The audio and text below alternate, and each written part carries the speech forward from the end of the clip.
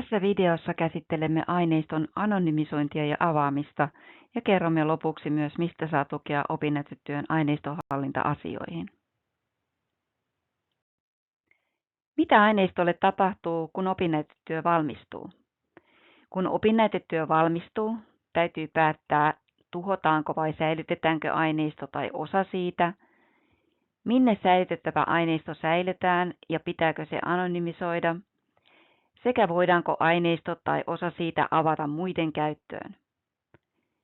Vastaus näihin kysymyksiin riippuu siitä, mitä aineiston omistajuudesta, käyttöoikeuksista ja säilytyksestä on sovittu mahdollisten yhteistyökumppaneiden kanssa, esimerkiksi yritys- tai TKI-hanke, sekä siitä, mihin tutkittavat ovat suostuneet. Opiskelija omistaa opinnäytetyönsä aineiston, ellei toisin ole sovittu. Toisinaan yrityksen, TKI-hankkeen tai Metropolian kanssa voidaan sopia aineiston omistajuuden siirtymisestä kyseiselle organisaatiolle. Opiskelija voi myös luovuttaa aineistonsa käyttöoikeuksia. Aineistonhallintasuunnitelman teon verkkotyökalussa Toolissa osio 5 käsittelee aineiston säilyttämiseen, anonymisointiin ja avaamiseen liittyviä kysymyksiä. Seuraavaksi siirrymme käsitteisiin anonymisointi ja pseudonymisointi. Aineiston anonymisointi tarkoittaa aineiston käsittelyä niin, ettei se sisällä tunnistetietoja eikä niitä voi sinne palauttaa. Toisin sanoen aineisto on anonyymi, jos henkilön tai organisaation tunnistaminen estyy peruuttamattomasti.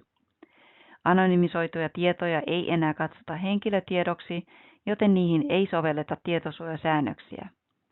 Kannattaa huomioida, että anonyymiksi tarkoitettu kysely ei välttämättä olekaan anonyymi, jos tutkittavan on mahdollista paljastaa itsestään tietoja avovastauksissa tai jos kyselylomakkeesta tallentuu vastaajan IP-osoite. Pseudonymisointi tarkoittaa henkilötietojen käsittelyä niin, että ne eivät enää suoraan paljasta, kenestä on kyse. Henkilötiedot voidaan korvata esimerkiksi koodeilla tai peitenimillä, mutta ne voidaan palauttaa alkuperäiseen muotoonsa, jos käytettävissä on lisätietoja. Jotta pseudonymisointi olisi turvallista, nämä lisätiedot, kuten koodiavain, on säilytettävä erillään ja suojattava huolellisesti teknisin ja organisatorisin keinoin. Näin varmistetaan, ettei tietoja voi yhdistää henkilöön ilman erillistä lupaa tai tietoturvaloukkausta. Vaikka pseudonymisoidut tiedot eivät suoraan kerro henkilöllisyyttä, ne ovat silti henkilötietoja ja kuuluvat tietosuojasääntelyn piiriin. Siksi niitä on käsiteltävä huolellisesti esimerkiksi tutkimustoiminnassa ja tilastoinnissa, joissa pseudonymisointi on yleinen käytäntö. Pseudonymisointi eroaa anonymisoinnista siinä, että pseudonymisoidut tiedot voidaan periaatteessa palauttaa alkuperäiseen muotoonsa, kun taas anonymisoidut tiedot ovat peruuttamattomasti muokattuja niin, ettei niitä voi enää yhdistää henkilöön. Miten sitten anonymisoida? Katsotaan seuraavaksi menettelytapoja aineiston anonymisointiin. Jotta aineistoon tulisi mahdollisimman vähän tunnistetietoja jo aineiston keruuvaiheessa, kannattaa keruu suunnitella niin, ettei turhia ja opinnäytetyön kannalta merkityksettömiä tietoja kerätä. Avokysymyksiä kannattaa välttää, koska tutkittava voi paljastaa itsestään tietoja. Ikää ja vastaavia tietoja ei kannata kysyä tarkkaan, vaan käyttää luokittelua, kuten esimerkiksi ikä 20–29. Jälkikäteen voidaan kerätystä aineistosta poistaa arkaluonteisia yksittäisiä tietoja, jotka voidaan merkitä aineistoon hakasulkeita käyttämällä. Tiedot voidaan myös luokitella uudelleen, esimerkiksi korvata ammatit ammattiluokilla tai iät ikäluokilla. Jos aineistossa esiintyy nimiä, ne voi poistamisen sijaan korvata keksityillä nimillä. Karkeistamalla voidaan taas tarkka tieto vaihtaa yleisemmälle tasolle, kuten esimerkiksi Metropolia ammattikorkeakoulu pelkästään ammattikorkeakouluksi. Kiinnostavaa ja laadukasta aineistoa voi olla mahdollista ja järkevääkin käyttää esimerkiksi yrityksissä, TKI-hankkeissa, opetuksessa tai uusissa opinnäytetöissä. Aina ei tarvitse tai edes kannata alkaa kerätä itse uutta aineistoa, jos sellainen on jo kerätty ja avattu. Jatkokäytöllä tarkoitetaan aineiston käyttöä itse, aineiston luovuttamista muiden käyttöön tai aineiston avaamista julkisesti saataville. Avaamisella taas tarkoitetaan tutkimusaineiston avaamista vapaasti muiden käyttöön, mikä tarkoittaa aineiston tallentamista johonkin avoimen datan palveluun, josta aineiston voi sitten saada käyttöönsä tiettyjen käyttöehtojen tai lisenssien mukaisesti. Jatkokäytön onnistuminen tulee varmistaa jo etukäteen. Mikäli opinnäytetyön aineistolla vaikuttaisi olevan jatkokäyttöpotentiaalia, kannattaa siihen varautua jo suunnitteluvaiheessa. Ensinnäkin, mikäli opinnäytetyöllä on toimeksiantaja, on huomioitava sopimukset. Eli kannattaa sopia jo etukäteen, kuka tai ketkä omistavat aineiston, jaetaanko aineistoon käyttöoikeuksia, kuinka kauan aineisto säilytetään, missä sitä säilytetään ja kuka siitä vastaa. Lisäksi on huomioitava tutkimusluvat ja tutkittavien informointi ja suostumus osallistua tutkimukseen.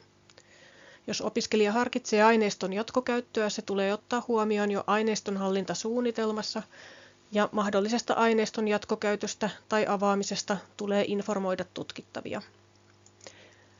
Jos opiskelija haluaa säilyttää aineiston opinnäytetyönsä jälkeen ja tutkimuskohteena on ihminen tai ihmisiä, tulee tutkittavilta pyytää suostumus aineiston säilytykseen ja jatkokäyttöön. Ja tietenkin organisaatiolta, jos tutkitaan tietyn organisaation henkilöitä, tulee pyytää lupa. Jälkikäteen näiden lupien kysyminen voi olla mahdotonta.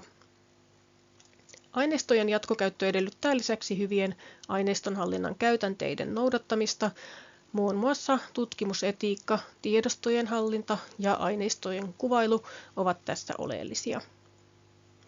Koska henkilötietoa tai muita luottamuksellisia tietoja sisältävää aineistoa ei saa avata, aineisto tulee anonymisoida eli poistaa siitä tällaiset tiedot. Anonymisointi kannattaa tehdä heti, kun kyseisiä tietoja ei enää tarvita.